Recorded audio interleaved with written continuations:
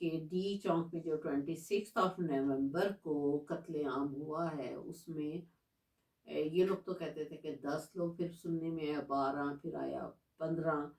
اب انہوں نے خبر یہ بڑی اتھینٹک نیوز دی ہے، اور باخبر ذرائع سے پتہ کہ میں بھی وہ لفظ بولنے لگی ہوں جو کہ میں خبروں میں سنتی ہوں، باخبر ذرائع، کہ 105 لوگ انہوں نے قتل کیے، جس کو ہم تو شہید کہیں گے، تو 105 بندے مارے ہیں۔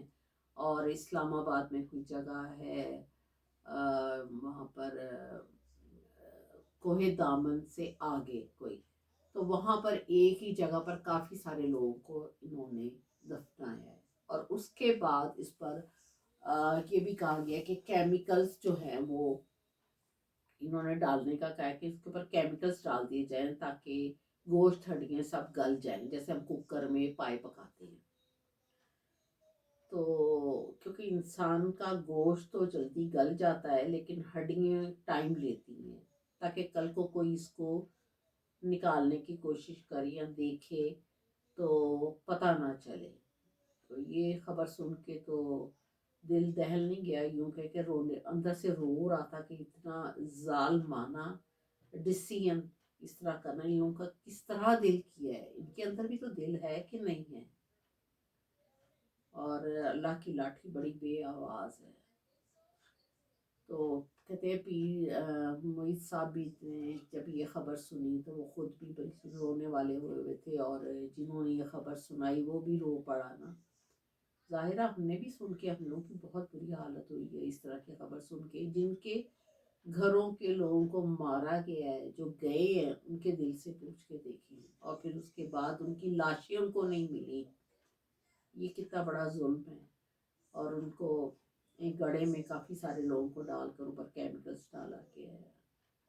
تو یہ جو گولی چلائی گئی ہے وہ کسی سینئر آفیسر کے وتھ خالی اورل آرڈر سے نہیں ہوتا، جب تک کہ ریٹن سائن نہ ہو۔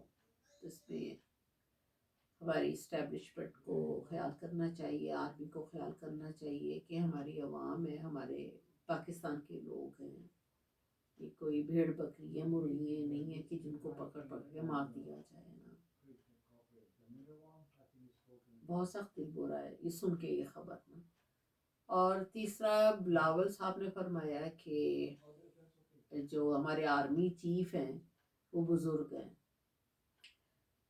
بزرگ ہونا تو خیر کوئی بری بات نہیں ہے، ایج کے ساتھ ساتھ انسان بزرگ ہو جاتا ہے، اور جب وہ اس سیٹ تک پہنچتا ہے تو ظاہر اب کوئی 20-25 سال کا تو نہیں بندہ پہنچتا، ایج تو ہو جاتی ہے۔ شاید ان کو اپنا غصہ انہوں نے اتارا ہے کہ زرداری صاحب چاہ رہے تھے کہ جی بلاول کو وزیر اعظم میں دیکھنا چاہتا ہوں، وہ تو ہر انسان ہی اپنے بیٹے کو بڑا سے بڑا سینئر سے سینئر آفیسر دیکھنا چاہتا ہے، تو وہ اس کو دیکھنا چاہتے ہیں، اور شاید اس لیے ابھی تک وہ نہیں بن سکے یا نہیں بنائے گئے، تو انہوں نے اپنا غصہ بلاول نے اس طرح نکالا ہے۔ تو بلاول کو چاہیے اپنے ماں کے جو قاتل ہیں ان کے بارے میں بات کرے، ان کو کوشش کرے کہ اس کو پکڑا جائے، اور دوسروں پر اٹیک کرنے کے بجائے نا۔ اس نے کبھی نام ہی نہیں لیا کہ میری ماں کو کس نے مارا ہے، یہ بڑی حیرانگی کی بات ہے۔ ہم لوگ آپس میں بھی بیٹھتے ہیں جب فرینڈس وغیرہ تو بات کرتے ہیں کہ بلاول نے کبھی نام ہی نہیں لیا کہ میری ماں کو کس نے مارا ہے، یا میں اس کو پکڑوں یا اس کا پتہ کروں۔ تو دوسرا، خواجہ آصف صاحب اپنے کمنٹس دیتے رہتے ہیں، وہ انہوں نے مختلف چیزیں فرماتے ہیں، وہ کہتے ہیں کہ جی انہوں نے نواز شریف جو ہیں وہ قائد اعظم کے بعد یہی ایک دوسرا یہ بانی ہے۔ خواجہ آصف صاحب اپنا میٹر ٹھیک کروائیے، آپ سٹھے آ گئے ہیں عمر زیادہ ہونے سے۔ اور نواب ریسٹورنٹ میں نواز شریف کی برتھ ڈے منائی گئی ہے، نواب ریسٹورنٹ میں میں نے بھی کھانا کھایا ہوا ہے، وہ بالکل اسی طرح ہے جیسے لاہور میں ویلیج ہے کہ ڈفرینٹ قسم کے کھانے پڑے ہوئے ہوتے ہیں. تو وہاں پر کوئی 6 to 700 کے قریب لوگ انوائٹیڈ تھے. تو نواز شریف کی برتھ ڈے منائی گئی ہے. تو باقی پتہ نہیں بڈھوں کو اتنی آخر کیوں آ گئی ہے. اور چلے اسی بہانے نواب ریسٹورنٹ کی سیل ہو گئی. اور ایک اور خبر بھی ہے کہ کرسمس کے سلسلے میں مریم صفدر نے 10,000 کیک کا آرڈر دیا کرسچنس بہن بھائیوں کے لیے. یہ اچھی بات ہے، دینا چاہیے کیک، ان کا بھی خوشی کا دن ہے. تو پاکستان کا خزانہ، پنجاب کا خزانہ حاضر ہے، جیسے مرضی استعمال کریں.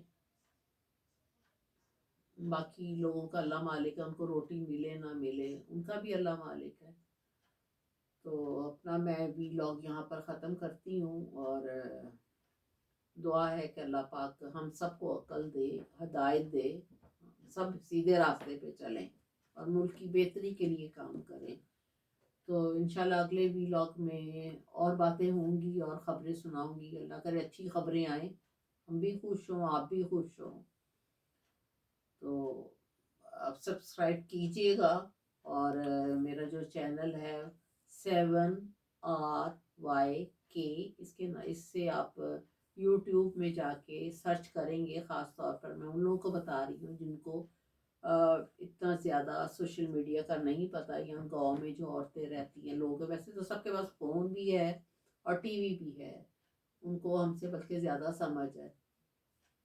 وہ ایزیلی اس کو سرچ کر سکتے ہیں 7RYK کے نام سے. تو انشاءاللہ پھر کل ملتے ہیں. Thank you very much. خدا حافظ.